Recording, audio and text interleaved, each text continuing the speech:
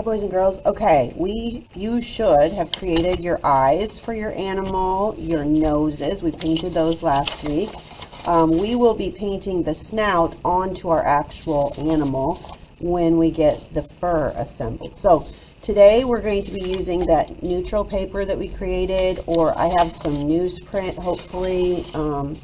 We also have magazines, so if you look at the pages that have the writing, like this area here, you'll have to kind of, if you're using a magazine, you're going to have to sort of sort through to find pages that look like this. And you're going to use those to create your fur. We're also going to have some newspaper, which is a neutral color. I like the newspaper. I think it looks really cool. And you're going to be tearing or cutting yours into strips, okay? I've cut some up ahead of time here so I can show you how this works. Then everyone's going to be given a giant piece of paper. We're going to use purple because I have extra purple, and also because I want a color that you really have to cover it up. I will know if you haven't covered it up because I'll be able to see purple through, okay? So I want to make you have to make sure there's no purple showing. And then to make this look like it's more of a circle, I want you to cut off about this much of the corners so that it looks a little more round. It's going to be more like a hexagon, or not hexagon, I'm sorry, octagon, 8-sided. So just get rid of your corners.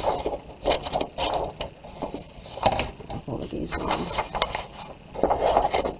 And then once you have all the corners off, I want you to be sure you have your name and class code on here. Probably a white colored pencil or crayon would show up best on purple. So flip it over, make sure you did that.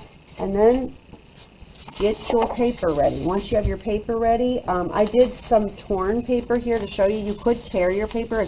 Some people really enjoy tearing, and if you like tearing, that's a great way to get it to look kind of like fur, is you can tear paper.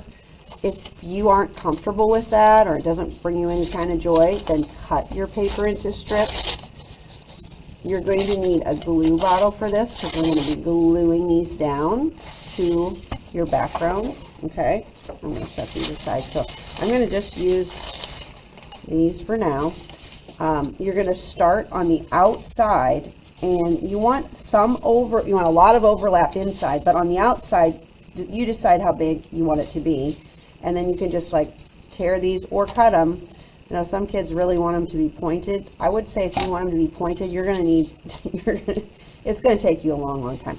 So make sure you have a couple of inches on your paper and maybe a couple of inches off so that it overlaps that edge. And to save time, I would say put some glue on here. Just put a good amount of glue, about 2 inches in, maybe do one side at a time. So I'm just going to put 2 inches of glue, approximately guessing, and then I'm going to just stick as many as I can on here, and then want them to overlap. And I'm not going to worry about pointed, I'm just going to tear them. Oops. And you see I can still see the purple through there. Don't worry about that, because then the next layer, the next one I'm going to put overlapping. But you want it to be longer. You want it to be about an inch shorter than this. So this one won't work for that. That'll probably have to be more inside. That'll have to be internal. You'll have little strips left that you can use as you move in, but you will have to continually keep cutting more. So this is going to take some time. This one's too short, so I'm not going to use it, but it'll be perfect for the next layer. Well, no, I think it'll be a more inner layer. So go ahead and get as much as you can done today. This does take some time because it involves a lot of cutting, a lot of gluing, a lot of tearing. Save any strips that you don't get used today in your table folder, and then you can go ahead and use those next week. This is going to be, if you tear too many or cut too many, it's going to be hard to store them, so maybe keep that in mind. All right, so I could keep working in this way, but I'm not going to. I'm going to stop and move myself around.